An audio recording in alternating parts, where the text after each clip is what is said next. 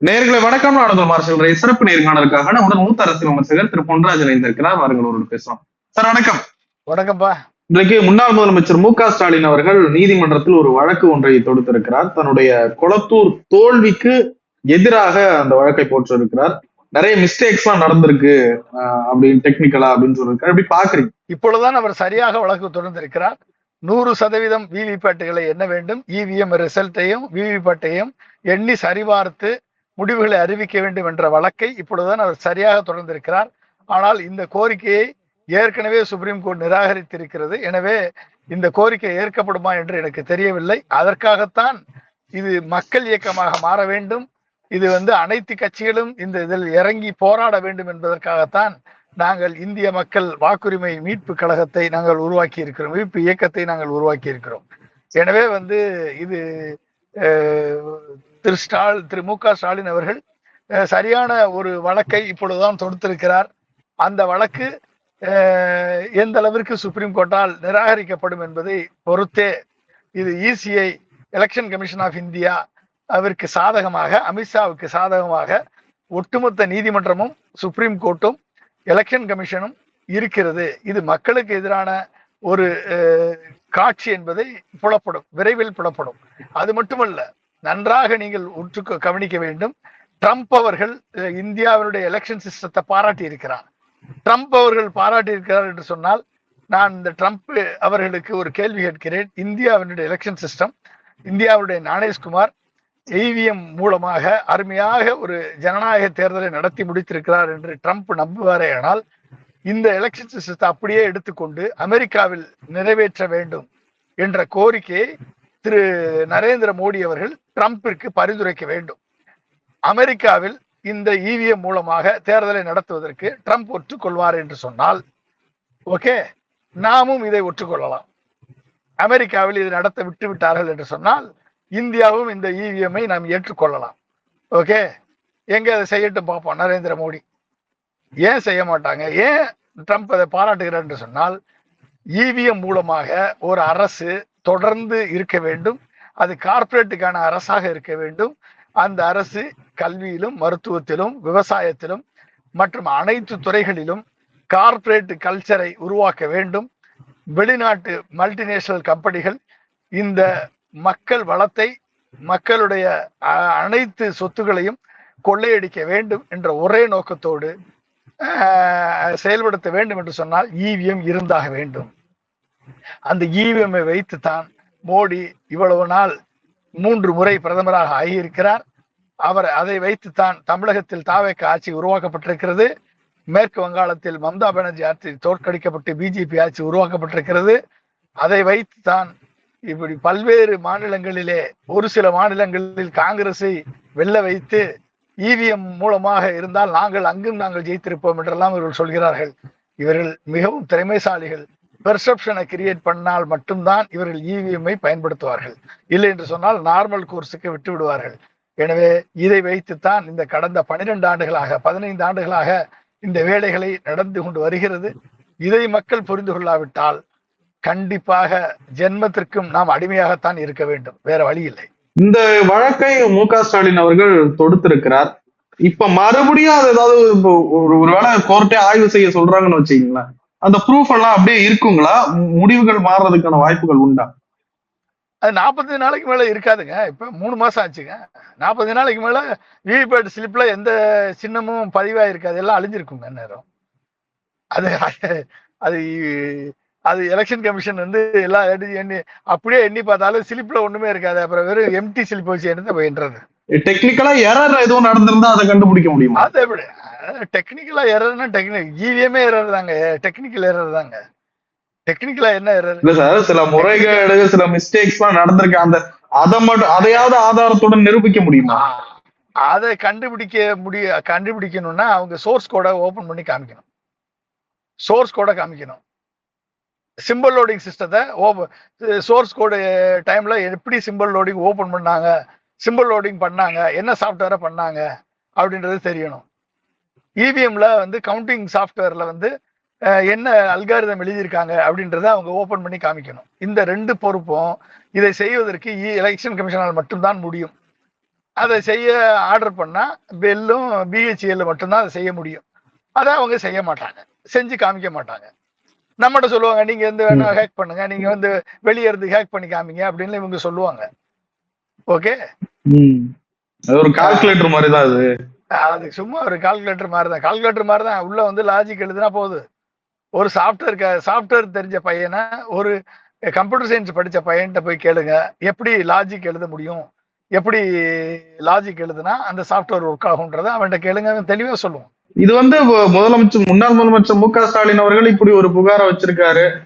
நிறைய இடங்கள்ல ஒரு புரட்சி தான் நடந்திருக்கு, உண்மையாவே ஜெயிச்சிருக்காரு, மக்கள் கூட்டம் அப்படி இருந்ததுன்னு சொல்றாங்க. இப்பயும் இந்த சந்தேகத்தை கிளப்பிட்டு இருக்கிறதுன்றது வந்து ஜனநாயகத்து மேல ஒரு கேள்வி எழுப்புற மாதிரி இல்லையான்னு சில பேர் கேட்கிறாங்க. ஏங்க நிறைய இடத்துல கூட்டம் வந்துச்சு. திருச்சியில வந்து 8 மணி நேரம் ஆச்சு ஏர்போர்ட்ல இருந்து அந்த மரக்கடைக்கு போறதுக்கு. திரு மிஸ்டர் விஜய் வரும் பொழுது ஜெயிச்ச பிறகு போனாரு. 8 மணி நேரம் ஆச்சா? ரோட்ல யாராவது மக்கள் இருந்தாங்களா சொல்லுங்க? கூட்டி வரப்பட்ட கூட்டங்க மிஸ்டர் மார்ஷல். கூட்டி வரப்பட்ட கூட்டம், பணம் கொடுத்து கூட்டப்பட்ட கூட்டம், பணம் கொடுத்து துணை நடிகளை வைத்து பேசப்பட்டு மக்கள் மத்தியில ஒரு ரீல்ஸையும் ஷார்ட்ஸையும் கிரியேட் பண்ணி மக்கள் மத்தியில ஏதோ பெரிய மிகப்பெரிய செல்வாக்கு இருக்குமாறு ஒரு பிம்பத்தை கட்டமைத்தது ரூட்ஸ் மாஃபியா. இந்த இப்படி இப்படி வந்து ஒரு சிஸ்டத்தை உருவாக்கி மக்கள் மத்தியில வந்து இன்ஸ்டாகிராம் இன்ஃப்ளூயன்சர்ஸை வச்சு ஒரு பெர்செப்ஷனை கிரியேட் பண்ணி இதுக்கு பின்புலமாக இருந்து செயல்பட்டது. இதை பார்த்து இந்த பெர்செப்ஷனை கிரியேட் பண்றதுக்கு இது நடக்கிறது என்பதை பார்த்து தானே பிஜேபியில இருந்து மோடியில இருந்து யாரும் வந்து பிரச்சாரத்துக்கே வரல இங்க தமிழ்நாட்டுக்கு. யார் வந்த எலெக்ஷன் டைம்ல? அதுக்கு முன்னால எத்தனை நாள் வந்தாங்க? மாசத்துக்கு ஒரு வட்டம் மோடி வந்தாரு, மாசத்துக்கு 2 முறை அமித்ஷா வந்தாரு, மாசத்துக்கு 4 முறை பியூஷ் கோயல் வந்தாரு. சொல்லுங்க பாப்போம். இதெல்லாம் வந்து ஒரு பெர்செப்ஷனை கிரியேட் பண்ணி அவங்க முடிவு பண்ணிட்டாங்க. திமுக அதிமுக இந்த வட்டம் ஓச்சு விட்டு நமக்கு பப்பட்டான திரு ஜோசப்பை கொண்டாந்துருவோம்னு சொல்லி அவங்க முடிவெட்டி விட்டார்கள். அதனாலதான் 3வது முறையாக சிபிஐ என்கொயரிக்கு போனவர் சன்ரூஃப்ல இருந்து கை காட்டிட்டு வரும்பொழுது உங்களுக்கு தெரிய வேணாமா டீலிங் முடிஞ்சு போச்சு, இனி அவர் தான் என்று? அதை புரிந்து கொண்டவர்கள் புரிந்து கொண்டார்கள், அவ்வளவுதான். புரிந்து கொள்ளவில்லை என்ற சொன்னால் நீங்க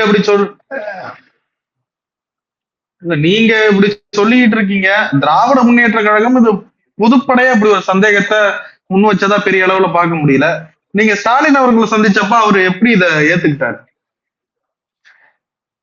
அவருக்கு சில சந்தேகங்கள் இருந்தது. அந்த சந்தேகத்தை நாங்கள் விளக்கினோம். அவரும் வந்து இது வந்து 100% என்ன வேண்டும் என்ற கருத்தோடு ஒத்து போனார். அவர் இன்னைக்கு ஜெயித்தவுடனே, இன்னைக்கு தோற்றவுடன் அவர் வந்து கேஸ் போடல. 2021 24 பாராளுமன்ற தேர்தலில் ஜெயிச்ச உடனேயே இவிஎம்ஐ பற்றி சந்தேகம் இருக்கிறது என்று சொல்லி கேஸை போட வைத்தவர் திரு மு க ஸ்டாலின் அவர்கள். அந்த கேஸ் இன்னும் பெண்டிங்ல இருக்கு. திரு என்ஆர் இளங்கோ, அதாவது சீனியர் அட்வொகேட், அமைப்பு சட்டத்துறை செயலாளர் திரு என்ஆர் இளங்கோ தான் திமுக வெற்றி பெற்ற பிறகு, பாராளுமன்ற தேர்தலில் 40க்கு 40 இடங்கள் வெற்றி பெற்ற பிறகு எங்களுக்கு இவிஎம் மேல் சந்தேகம் இருக்கிறது என்ற கேஸை திமுக போட்டு இருக்கிறது என்பது தமிழக மக்களுக்கு நான் சொல்லிக் கொள்கிறேன். எனவே திமுக இன்றைக்கு தோத்ததுனால் வந்து இந்த கேஸ் போடுறாங்கன்னு அர்த்தம் கிடையாது.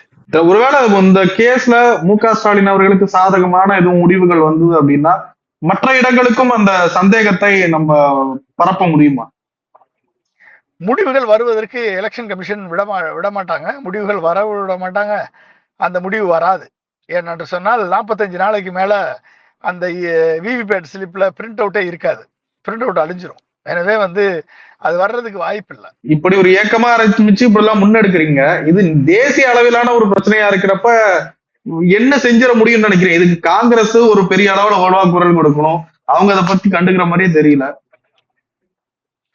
காங்கிரஸ் வந்து இது பார்சல் ஆஃப் தி சிஸ்டம் தானே. அதனால வந்து காங்கிரஸ் வந்து ராகுல் காந்தி இருக்க வரைக்கும் காங்கிரஸுக்கு விமோசனம் கிடையாது. எனவே வந்து காங்கிரஸை நீங்க விட்டு தள்ளுங்க. நாங்க காங்கிரஸையும் பிஜேபியும் இதுல சேர்க்கவே இல்லை. எனவே வந்து மற்ற கட்சிகள் அனைத்து கட்சிகளையும் நாங்கள் சேர்த்து கொண்டிருக்கிறோம்.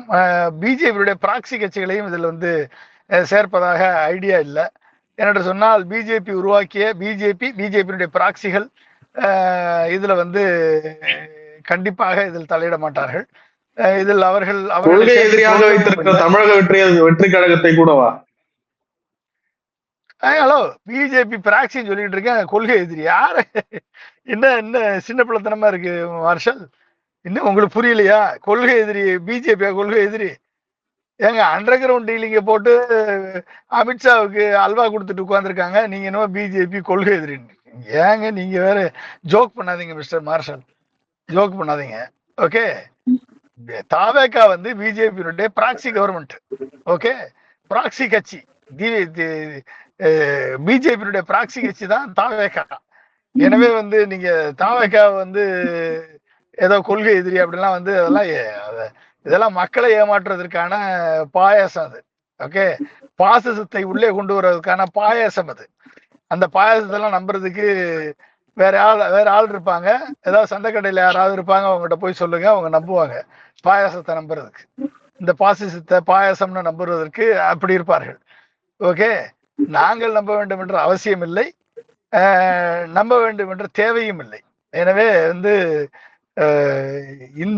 இப்படிப்பட்ட ஒரு நிலைமை மாறாமல், இவிஎம்ஐ ஒழிக்காமல் இந்தியாவில் ஜனநாயகம் பிறப்பதற்கு வழி இல்லை. ஒட்டுமொத்த இந்தியாவும் அமெரிக்காவின் அடிமையாக இது செல்லக்கூடிய ஒரு நிலை ஏற்படும், கார்ப்பரேட்டினுடைய அடிமையாக செல்லக்கூடிய நிலை ஏற்படும். அதை கச்சிதமாக செய்து கொண்டிருக்கிறார் திரு நரேந்திர மோடி அவர்கள்.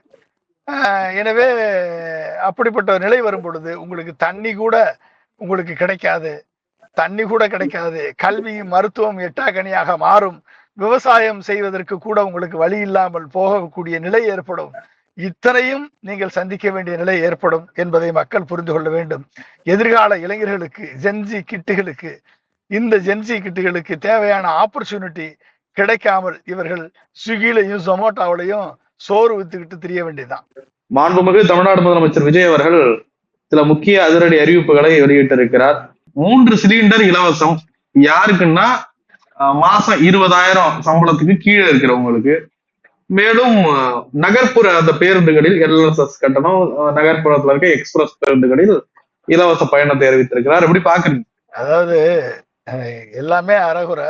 இதுல இது மட்டும் நீங்க வந்து முழுசா நடைமுறைப்படுத்தணும்னு நம்ம நினைச்சோம்னா நம்மள மாதிரி அறிவிடிகள் யாரும் இருக்க மாட்டாங்க. அதாவது அனைத்து குடும்பத்தினருக்கும் 6 சிலிண்டர் இலவசம் என்று சொல்லி வாக்குறுதி கொடுத்து விட்டு 2.5 லட்சம் சீலிங் வைப்பது, இன்கம் சீலிங் வைப்பது வந்து உண்மையிலே மிகப்பெரிய ஒரு ஏமாற்று வேலை. அந்த ஏமாற்று வேலையை வந்து திறம்பட செய்திருக்கிறார் திரு ஜோசப் அவர்கள். அதுலயும் 3 சிலிண்டர் தான், அதுலயும் பாதி தான். அப்ப உங்களுக்கு வந்து சொன்ன வாக்குறுதியில ஒரு 10% கூட நிறைவேற்ற முடியாத நிலையில் இன்றைக்கு ஆட்சி நடத்தி கொண்டிருக்கிறார் மிஸ்டர் ஜோசப்.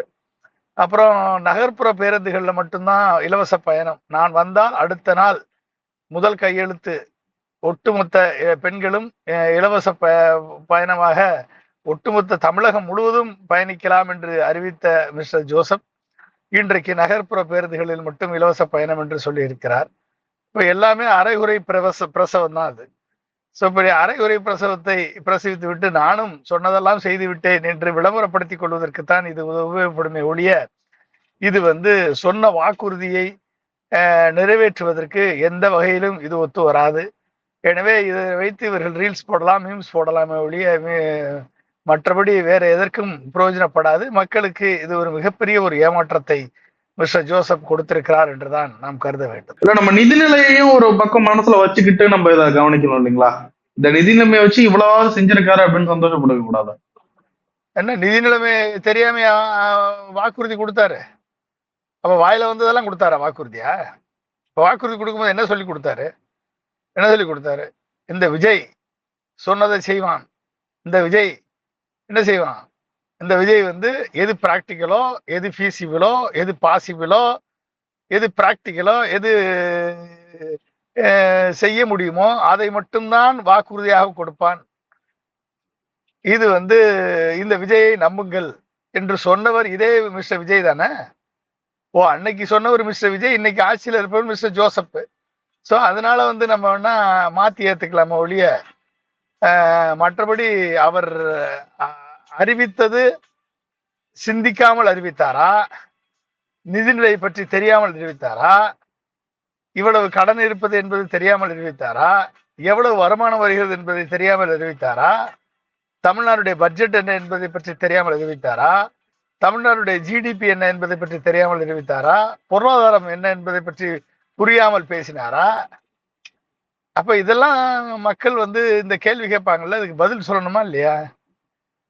ஒரு யாருக்கும் பதில் சொல்ல மாட்டாரு, சட்டமன்றத்திலையும் சொல்ல மாட்டாரு, மீடியாவுக்கும் பதில் சொல்ல மாட்டாரு, மக்களுக்கும் பதில் சொல்ல மாட்டாரு. அவர் வாட்டில் அனௌன்ஸ் பண்ணிட்டு போயிட்டே இருப்பாரு. நம்ம எல்லாம் சேர்ந்து அதை பத்தி பேசிட்டே இருக்கணும். இதுதான் புது அரசியலா இருக்கு தமிழ்நாட்டுல. என்னதான் இருந்தாலும் கடந்த ஆட்சி காலத்துல திரு மு.க. ஸ்டாலின் அவர்கள் கொடுத்த திட்டங்களுக்கு கொஞ்சம் அப்டேஷன் கொடுத்திருக்காரு. இது தமிழ்நாடு மக்கள் மத்தியில ஒரு மகிழ்ச்சியை கொண்டு வராதா? நீங்க சொல்றீங்கன்ற அதிருப்தி கடந்து அதுக்குன்னு 5 வருஷம் டைம் இருக்கு. என்ன அப்டேஷன் கொடுத்திருக்காரு சொல்லுங்க. நான் தான் உங்களுக்கு தெளிவா சொன்னேன். இவர் கொடுத்த வாக்குறுதியை நிறைவேற்றணும்னா பட்ஜெட்டுக்கு 4 லட்சம் கோடி அப்படின்னா, இவர் சொன்ன வாக்குறுதியை நிறைவேற்றுறதுக்கு தனியா 4 லட்சம் கோடி வேணும். அப்ப 8 லட்சம் கோடி வேணும்னு ஏற்கனவே நான் சொன்னேன். நானு இருக்குதே 4 லட்சம் கோடி, அதுல 1 லட்சம் கோடி கடன், 3 லட்சம் கோடி தான் வருமானம். அப்ப அந்த 3 லட்சம் கோடி வருமானத்துல 1 லட்சம் கோடி கடனை வச்சுக்கிட்டு நீ எப்படி அனௌன்ஸ் பண்ணீங்க? எதை வச்சு அனௌன்ஸ் பண்ணீங்க? யார் சொல்லி அனௌன்ஸ் பண்ணீங்க? ஜோசியர் சொல்லி திட்டத்தை அனௌன்ஸ் பண்ணீங்களா? இல்ல ஜானவரகேசாமி சொல்லி திட்டத்தை அனௌன்ஸ் பண்ணீங்களா? இல்ல ஆதவர்ஜனா சொல்லி திட்டம் அனௌன்ஸ் பண்ணீங்களா? இல்ல யாரு அமித்ஷாவும் மோடியும் உங்களுக்கு சொன்னாங்களா இதெல்லாம் அனௌன்ஸ் பண்ணுங்கன்னு சொல்லி? யாரு சொல்லி அனௌன்ஸ் பண்ணீங்க? சொல்லுங்க மிஸ்டர் ஜோசப். அன்னைக்கு அனௌன்ஸ் பண்ணும்போது உங்களுக்கு தெரியாதா? ஒரு நம்பரை ஒழுங்கா படிக்க தெரியல, முதலமைச்சர்ல இருந்து எம்எல்ஏ வரைக்கும், அமைச்சர்கள் வரைக்கும்.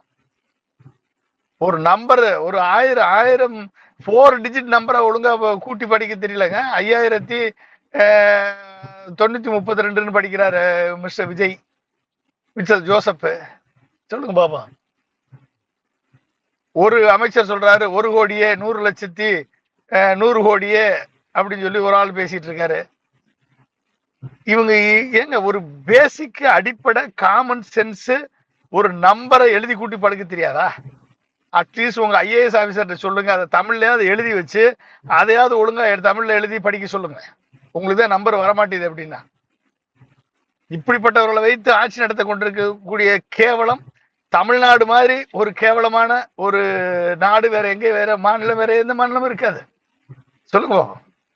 எப்படிப்பட்டவர்கள் இருந்து ஆட்சி செய்த நாடு, எப்படிப்பட்ட பகுத்தறிவாளர்கள், எப்படிப்பட்ட சிந்தனையாளர்கள், எப்படிப்பட்ட மக்கள் சேவகர்கள் இருந்து ஆட்சி செய்த நாட்டுல இப்படிப்பட்டவர்களும் ஆட்சி செய்யக்கூடிய நிலைமையை உருவாக்கி விட்டது இந்த தமிழ்நாடு என்று நம்மளை நாமளே நொந்துகளை தவிர வேற என்ன இருக்கு? சொல்லுங்க பாப்பா. இவர்களுக்கு வேற என்ன கிடைக்கும்? சொன்ன திட்டங்கள் எல்லாத்தையும் அனௌன்ஸ் பண்ணுவாரு இவர் மிஸ்டர் ஜோசப். எல்லா திட்டங்களும் அரகுர திட்டம், எல்லா திட்டங்களும் பாயாசம் தான் கிடைக்கும். இப்ப பாசிச ஆட்சி நடத்தி கொண்டு கடைசியில பாயாசத்தை கொடுத்துட்டு போக வேண்டியதான், வேற ஒன்றும் பண்ண முடியாது. நிறைய விஷயங்களை பகிர்ந்து ரொம்ப நன்றி சார். மிக்க நன்றி. தேங்க்யூ.